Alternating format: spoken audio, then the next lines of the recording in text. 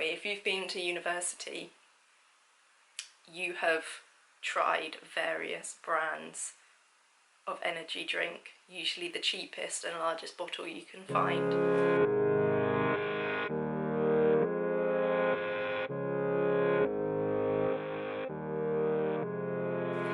Hi everyone, and welcome back to my little space here on YouTube. I've got about half an hour before the kids get home, so I really fancied recording another reaction video. I did one before on reacting to Sadhguru, which I will link somewhere. But this time I'm going to be reacting to something pretty different, and it's not a typical educational talk or anything like that. It's a spoken word artist called Suli Breaks. He's UK based, and he has this spoken word music video out from, when was it? I think it was 2013, but I'll double check that. And it's called Why I Hate School But Love Education. It's got over 9.5 million views, so I think that's pretty telling that this has resonated with a lot of people. Can't see any dislikes on the video, but 215,000 likes to it, so I'm guessing they all pretty much agree with what he's saying, and I think we're probably going to agree as well. But it would be really interesting to get some insight from someone who's been through the education system, is still pretty young, and has some things to say about it. Let me know what you think of it in the comments, if it resonated with you as well. So let's get started.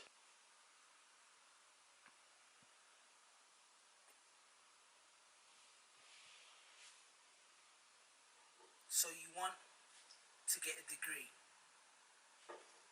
Why?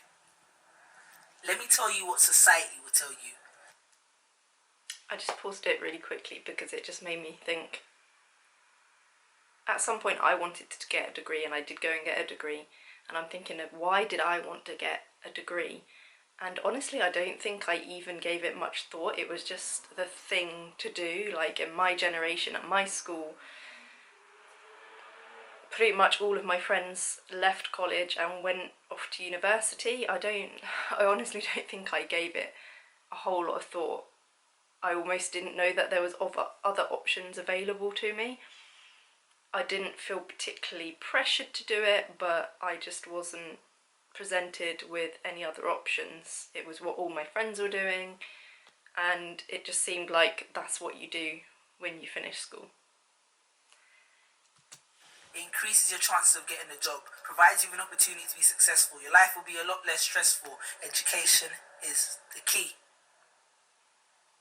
Now let me tell you what your parents will tell you. Make me proud. It increases your chances of getting a job, provides you with an opportunity to be successful. Your life will be a lot less stressful. Education is the key. Now let's look at the statistics.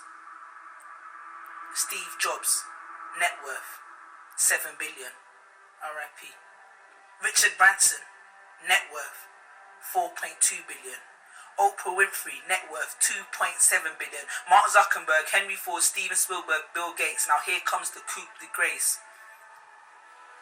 Looking at these individuals, what's your conclusion?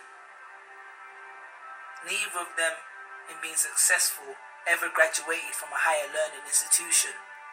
Now some of you protest like, money is only the medium by which one measures worldly success. And some of you even have the nerve to say, I don't do it for the money.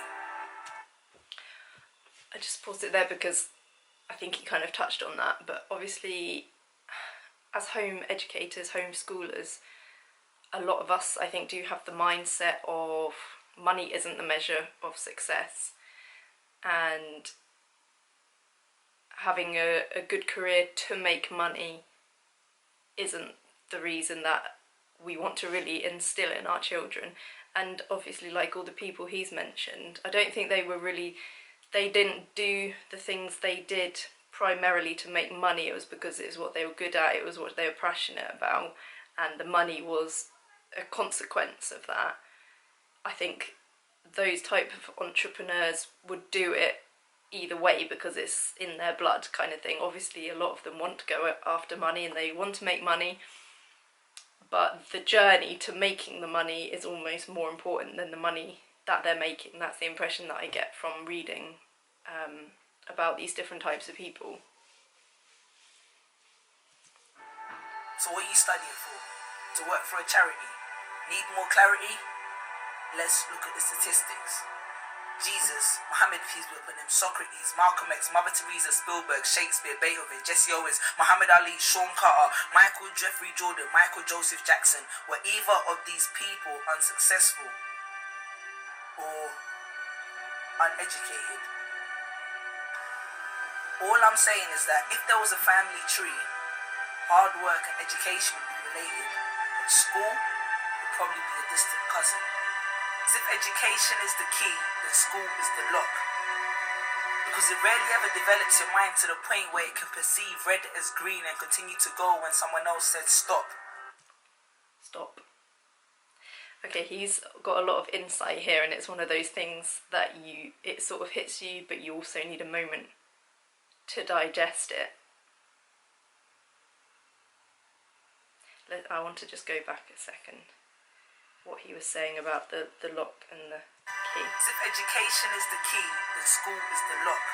If education is the key, then school is the lock. That's quite profound. Let me know in the comments what you make of that, because I'm still kind of digesting that one.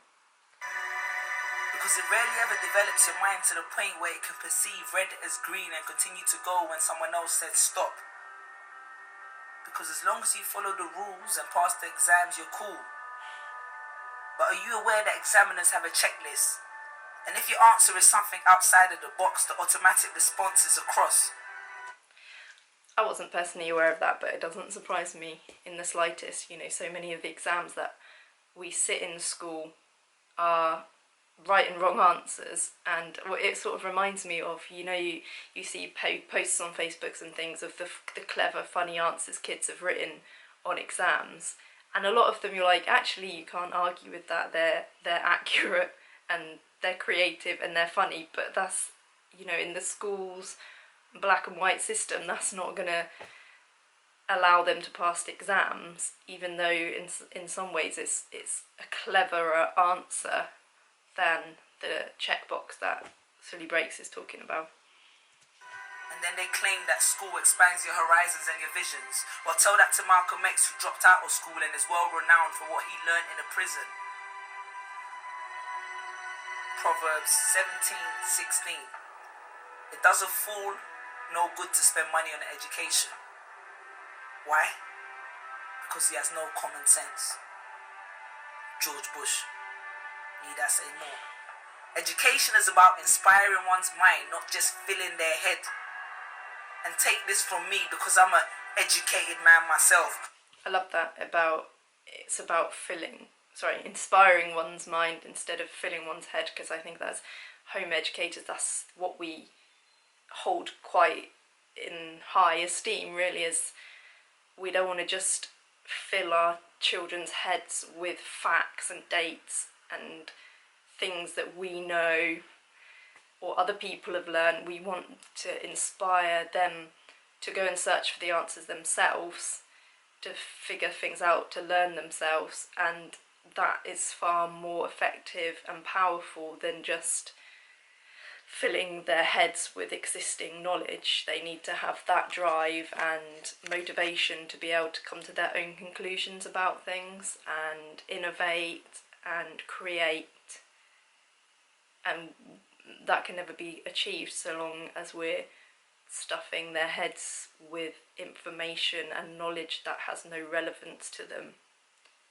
and bores them. Who only came to this realization after countless nights in the library with a can of Red Bull keeping me awake till dawn and another can in the morn. We've all been there, haven't we? If you've been to university, you have tried various brands of energy drink, usually the cheapest and largest bottle you can find, to keep you awake until the early hours of the morning, and then you wake up feeling a bit like you have a hangover, even though you've not drunk anything. It's like the least healthy way to live, but I did it, and I'm sure, you know, drop a comment if you did that sort of thing as well. Just forcing yourself to stay awake long enough to cram enough knowledge into your head so that you could splurt it out on an exam paper in 1 or 2 days' time. It's bonkers, really. Falling asleep in between piles of books which probably equated to the same amount I had spent on my rent. Memorize equation, facts and dates right down to the letter, half of which I'd never remember and half of which I'd forget straight after the exam and before the start of the next semester. I mean, that's a very strong... I'm sure that's like a well-known fact that we all feel that 90% of what we learn in school or college or university we don't remember to this day or don't even use it.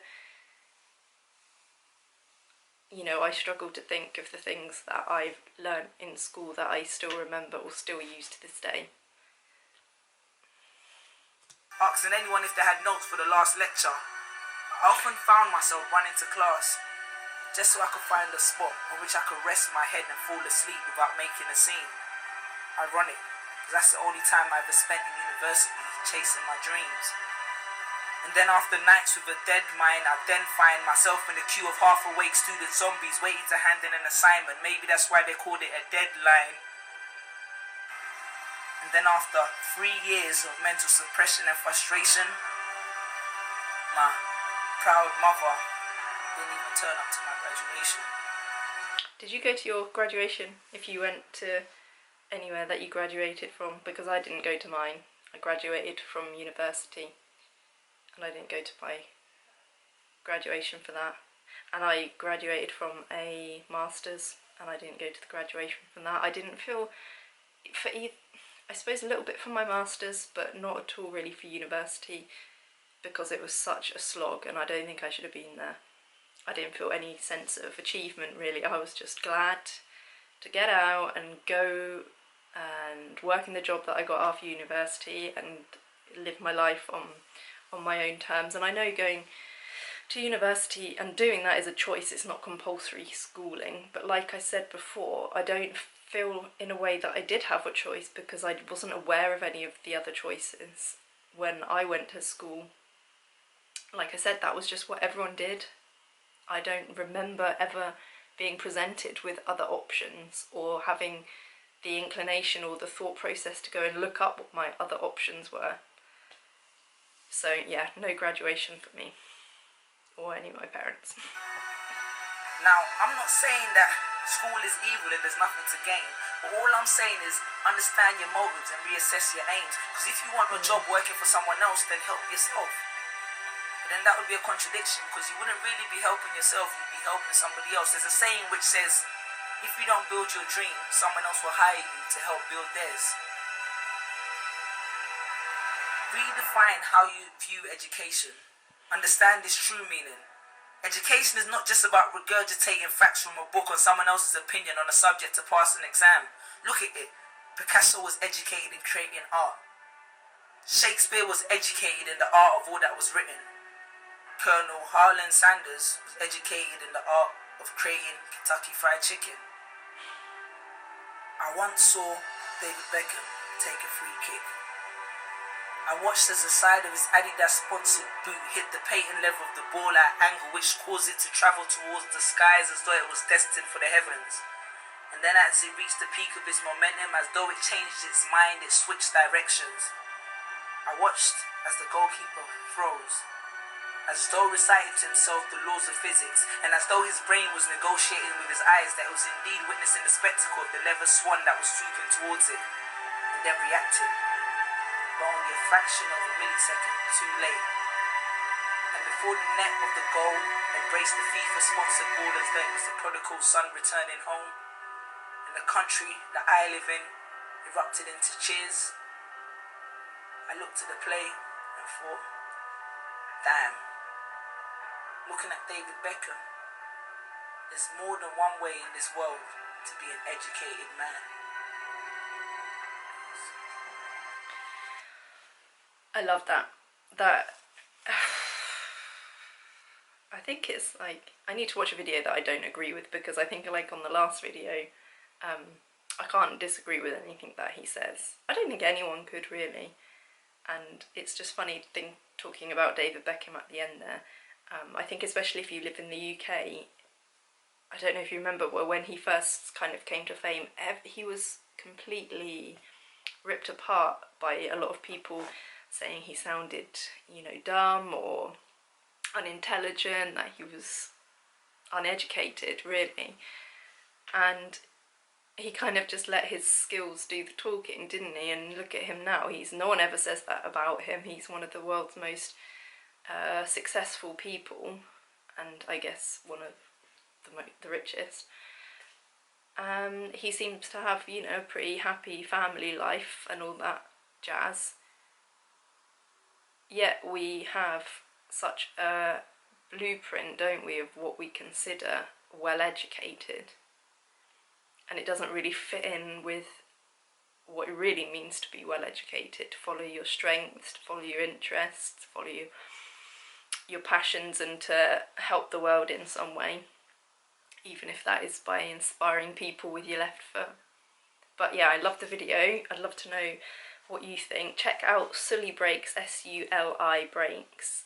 He's got a lot of really inspiring videos that make you question a lot of what you think society will lead you to believe. So I hope you enjoyed that extra little quick reaction video. I'm sorry I lost the video at the end. Still new to all this YouTube jazz, but hopefully we will keep improving. And if you want to follow along the journey and see if my videos get any better, you can subscribe and press the bell button and you'll get a notification when I next upload a video. Wish you well on your home educating journeys and your life. Take care, bye!